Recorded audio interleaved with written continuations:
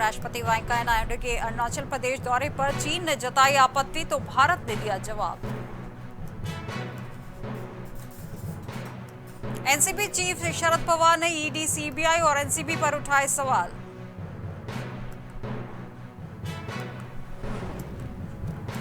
लखीमपुर हिंसा पर राष्ट्रपति से मिला कांग्रेस प्रतिनिधिमंडल। राहुल बोले, अगर पिता मंत्री है तो निष्पक्ष जांच कैसे होगी। जम्मू कश्मीर में आतंकियों के कहर बनकर टूट रहे सुरक्षा बल। 24 घंटे में 6 दहशतगर्द ढेर। देश में पिछले 24 घंटे में कोरोना के 15,823 नए केस दर्ज, 226 की मौत।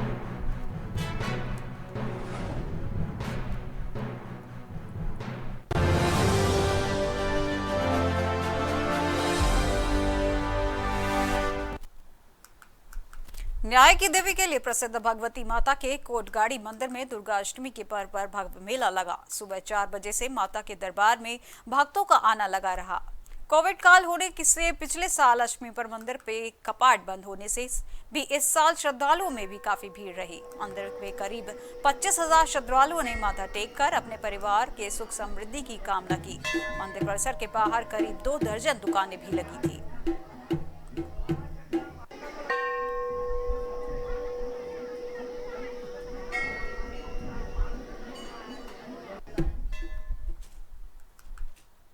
उत्तराखंड विधानसभा अध्यक्ष प्रेमचंद अग्रवाल ने एक बार फिर से मानवता की मिसाल पेश की है।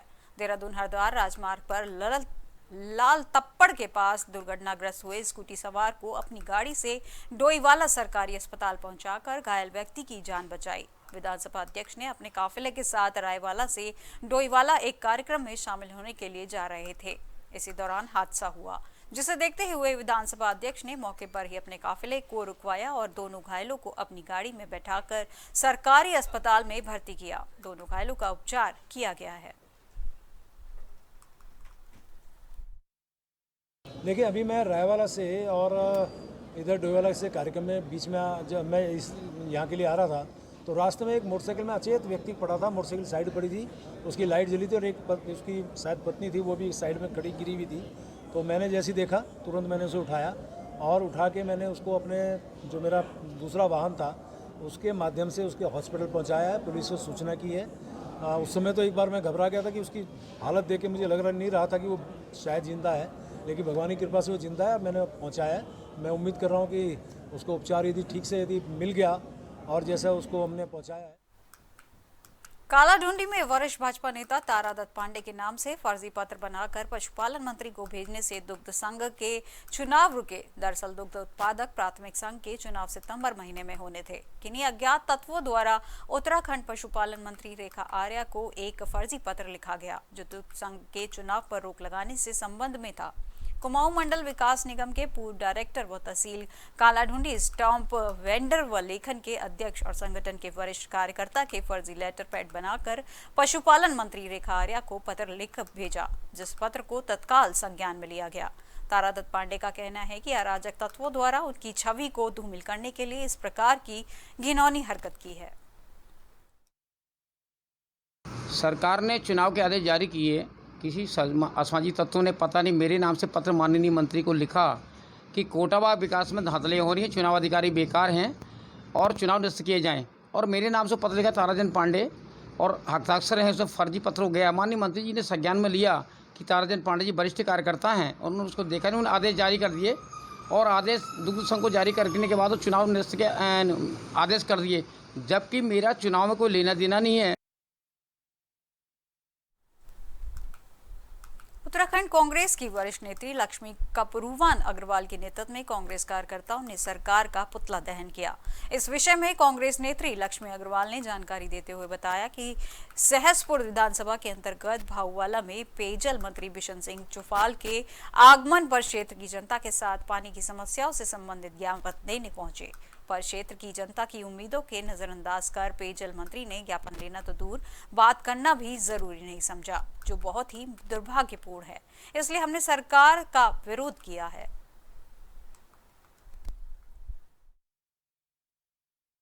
मैं लक्ष्मी अग्रवाल।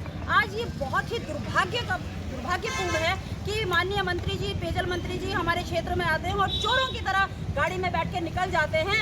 हमारा ये क्षेत्र पूरा हरियावाला से लेकर डोबरी से लेकर तमाम जितने भी गाँव हैं, इनके बीच में सारे पानी से त्रस्त हैं। और आज जब हम लोग मंत्री जी को अपनी बात रखने के लिए गए तो उनके पास जब जनता की बात सुनने का समय नहीं है, तो हम कैसे मान सकते हैं कि वो जो घोषणा करके गए वो पूरी होंगी। पिछले 5 साल पहले भी भाजपा के मुख्यमंत्री जी यहाँ पर घोषणा करके गए थे, लेकिन वो कोरी घोषणाएं हैं, वो आज तक उन घोषणाओं पे कोई काम नहीं हुआ। इसी तरह से हमारा कहना यह है कि आप नई योजनाओं का शिलान्यास करके गए हैं, पहले जो आपकी पुरानी योजनाएं चल रही।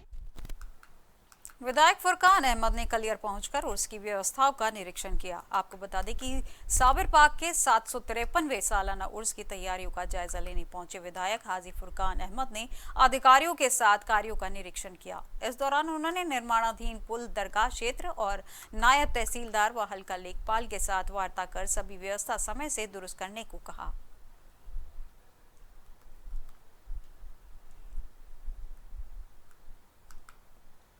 मसूरी में नगरपालिका परिषद सभासद गीता कुमाई के नेतृत्व में गहन हिल क्षेत्र में सफाई अभियान चलाया गया, जिसमें नगरपालिका परिषद स्वास्थ्य विभाग की सहित गन हिल के लोगों को प्रतिभाग किया व कूड़ा एकत्र किया गया। वहीं सभासद ने गन हिल के लोगों से स्वच्छता एवं समस्याओं के बारे में भी चर्चा की। गन हिल के सभासद गीता कुमारी ने लोगों से कूड़ा इधर उधर न फेंकने को कहा और वहीं कहा कि अपने प्रतिष्ठान में डस्टबिन रखें।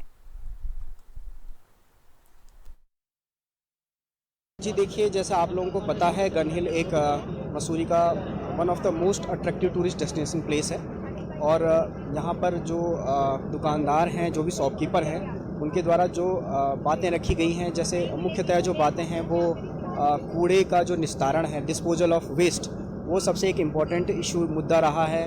उसके अलावा जो स्ट्रीट लाइट्स का इशू है, रोड स्वीपिंग का इशू है और जो रोड का मेंटेनेंस है, तो ये 4 से 5 जो मुद्दे हैं उन पे हम लोगों का एक फ्रूटफुल डिस्कशन हुआ, एक पॉजिटिव डिस्कशन हुआ है और आशा करता हूं मैं अपनी तरफ से कि हमारी नगर पालिका की जो भी टीम है, जो हमारे सैनिटरी इंस्पेक्टर्स हैं, जो इंजीनियर्स हैं, वो अपनी तरफ से पूरी कोशिश कर रहे हैं। देखिए, जैसे कि हमने धरू भी आपको पिछली बार भी बताया था कि हमारा जो स्वच्छता मिशन है वो कंटिन्यू चलेगा। हमें खाली ऐसा नहीं करना है कि एक दिन आए और फोटो खिंचाई और चले गए।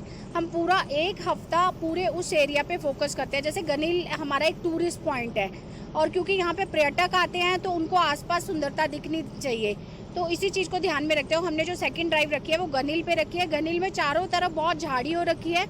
यहाँ के दुकानदारों की भी एक पीड़ा थी कि गनील में स्वीपिंग नहीं हो पा रही है, तो उन सारी चीज़ों को ध्यान में रखते हुए अधिशासी अधिकारी महोदय, हेल्थ विभाग से हमारी किरण मैडम, हिलदारी कीन, सभी लोग हमारे साथ आए हैं। यहाँ तक कि फॉरेस्ट डिपार्टमेंट से भी कुछ पेड़ पौधे हमने मंगाए हैं। पूरी सफाई व्यवस्था करने के बाद जनपद उधम सिंह नगर में खटीमा में भारतीय किसान यूनियन के जिला अध्यक्ष गुरसेवक सिंह के नेतृत्व में कैंडल मार्च निकाला गया। बता दें कि लखीमपुर खीरी में हुई घटना में जान गंवाने वाले किसानों के लिए खटीमा गुरुद्वारे में सिख समाज व भारतीय किसान यूनियन के द्वारा अंतिम अरदास करवाई गई, जिसके उपरांत खटीमा गुरुद्वारे से खटीमा मैन चौराहे तक कैंडल मार्च निकाला गया और लखीमपुर खीरी की घटना में मृतक किसानों की आत्मा को श्रद्धांजलि दी गई।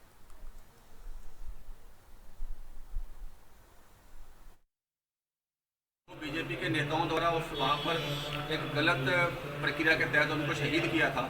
हमारे किसान बड़े शांतिपूर्वक ढंग से वहाँ से अपना विरोध प्रदर्शन करके वापस आ रहे थे। उनके ऊपर उन्होंने जीप चढ़ाई और हमारे किसान वहाँ शहीद हुए। उनके संबंध में संयुक्त मोर्चा की तरफ से कॉल की गई थी कि भाई जो लखीमपुर में नहीं पहुँच सकते वो अपने अपने गुरुद्वारे में अरदास करवाएंगे और कैंडल मार्च निकालेंगे। उसी उपलक्ष्य में हमने आज उन शहीद हुए किसानों को और जो हमारे बॉर्डर पे जवान शहीद हुए हैं उनको यहाँ पर कैंडल मार्च भी निकाला। पौड़ी मुख्यालय स्थित रामलीला ग्राउंड में आयोजित रामलीला मंचन के अवसर पर जिलाधिकारी गढ़वाल डॉक्टर विजय कुमार जोगदंडे ने मुख्य अतिथि के रूप में प्रतिभाग किया। इस अवसर पर उन्होंने आगामी विधानसभा सामान्य निर्वाचन 2022 के मद्देनजर जनपद में सुव्यवस्थित मतदान गतिविधियों के सफल संचालन एवं संपादन हेतु रामलीला देखने पहुंचे दर्शकों माताओं को मतदान की शपथ दिलाई तथा संकल्प पत्र को चुनाव चौपाल मटके में डालकर शुभारंभ किया।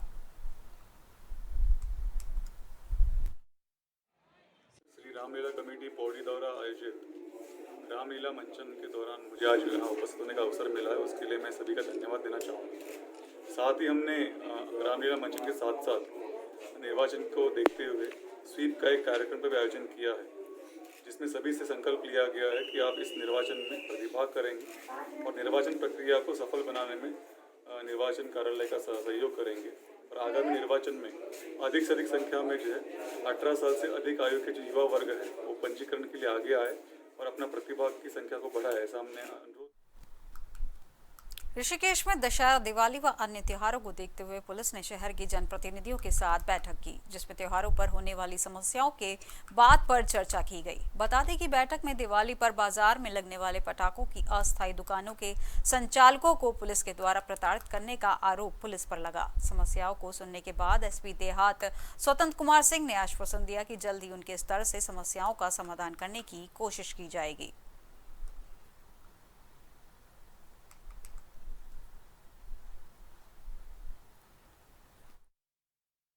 देखिए, ये त्योहारी सीज़न को लेके इनको इनसे वार्ता भी करनी थी और इनके सजेशन भी लेने थे। इनसे बहुत सारे सजेशन मिले हैं जो वैल्यूएबल सजेशन है कि पार्किंग कहाँ होनी चाहिए। मेनली जो ऋषिकेश की प्रॉब्लम है वो ट्रैफिक की प्रॉब्लम है, जो मेन प्रॉब्लम है हमें अतिक्रमण और ट्रैफिक। तो अतिक्रमण पे भी इनसे सहयोग की उम्मीद की गई और जो इनके द्वारा पॉजिटिवली बोला गया कि हाँ हम लोग सहयोग करेंगे।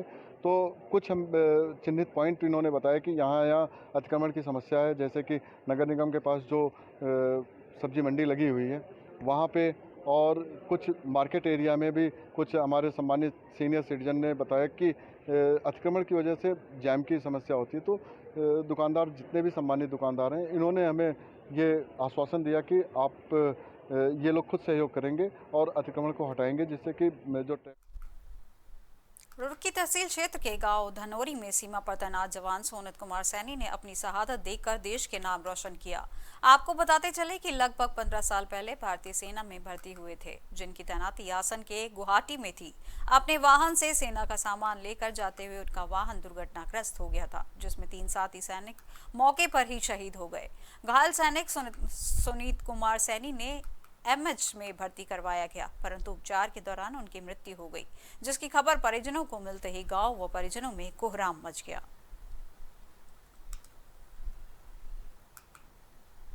2022 में विधानसभा चुनाव होने हैं, लेकिन उससे पहले ही थराली विधानसभा के नारायण बगड़ विकासखंड के दूरस्थ गांव नखोली ग्राम सभा के ग्रामीणों ने सड़क की मांग को लेकर सर्वसम्मति से प्रस्ताव पारित कर चुनाव बहिष्कार का मन बना लिया है। सड़क से वंचित नारायण बगड़ के इस दूरस्थ गांव के ग्रामीण 2013 से ही सड़क की मांग कर रहे हैं। 2017 में सड़क को स्वीकृति मिलने के बाद भी अब तक सड़क का निर्माण कार्य शुरू नहीं हो पाया है और सड़क की फाइल अभी भी शासन स्तर पर लंबित पड़ी है।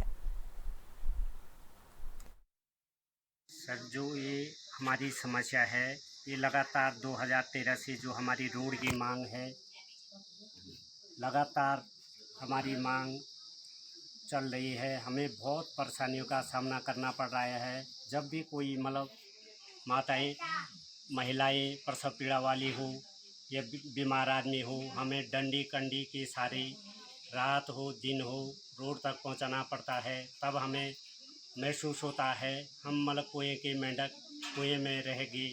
इसलिए हमारी पूरी ग्राम पंचायत ने ये निर्णय लिया, फैसला लिया कि हमें एकजुट होना पड़ेगा, तभी जाके शासन प्रशासन हमारी मांग या रोड के बारे में।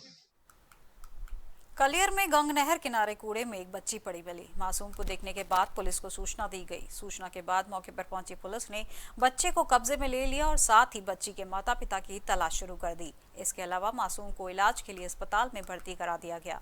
परिजनों की तलाश के लिए आसपास के सीसीटीवी भी खंगाले हैं। थाना अध्यक्ष धर्मेंद्र राठी ने बताया कि बच्ची कूड़े के ढेर में पड़ी मिली है, जिसकी उम्र करीब 2 दिन के लगभग है। उन्होंने बताया कि बच्ची को फिलहाल रुड़की स्थित सिविल अस्पताल भिजवा दिया गया है।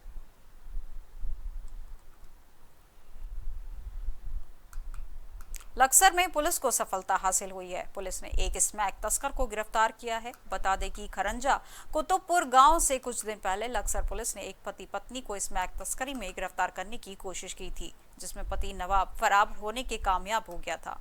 जबकि पत्नी के पास से 9.12 ग्राम स्मैक बरामद की गई थी। पुलिस ने महिला के खिलाफ एनडीपीसी की धाराओं में मुकदमा दर्ज करते हुए महिला को जेल भेज दिया था। लक्सर पुलिस फरार आरोपी की तलाश में लगातार छापेमारी कार्रवाई की कर रही थी। फरार आरोपी की गिरफ्तारी के लिए पुलिस ने मुखबिर का जाल बिछाया हुआ था। परसों हमने शबनम पत्नी नवाब को स्मैक के आरोप में जेल भेजा था, जिसने बताया था कि यह स्मैक उसके पति द्वारा उसे उपलब्ध कराई जाती है और वही बिकवाता है। तो आज रात एसआई तनुजा शर्मा द्वारा अपनी टीम के साथ में नवाब को गिरफ्तार किया है। रुड़की की गंग नहर कोतवाली पुलिस को बड़ी सफलता हाथ लगी है। पुलिस ने शहर में हो रही चैन स्नैचिंग घटनाओं का खुलासा कर दिया है। इतना ही नहीं, पुलिस ने चैन स्नैचिंग करने वाले इमरान नाम का एक चोर को भी गिरफ्तार कर लिया है और 2 घटनाओं में लूटी गई 2 सोने की चेन भी बरामद कर ली है। बता दें कि 19 अगस्त को मकतूलपुली निवासी अरुण शर्मा ने पुलिस को तहरीर देकर बताया था कि उनकी पत्नी से अज्ञात बदमाशों ने झपट्टा मारकर सोने की चेन लूट ली है। पुलिस ने तहरीर के आधार पर मुकदमा दर्ज कर लिया था।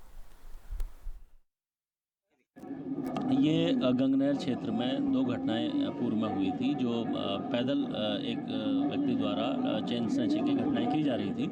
पुलिस ने इसे संज्ञान में लिया था। 2 घटनाएं इसमें अभियोग पंजीकृत थे। इसको देखते हुए सीओ रुड़की और इंस्पेक्टर गंगनहर लगातार इसमें थे। कुछ लोगों का नाम इसमें प्रकाश में आया था। पूछताछ में हमें पता लगा कि एक इमरान नाम का व्यक्ति जो इस घटना को जिसके द्वारा किया गया, उसके साथ एक और जो लड़का था वो नाबालिग है, उसका नाम और वो छुपाया गया है।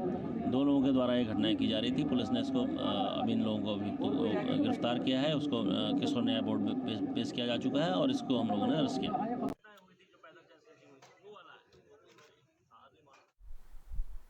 उत्तराखंड की अब तक की खबरों में बस इतना ही और तमाम खबरों के लिए देखते रहिए प्राइम टीवी। नमस्कार।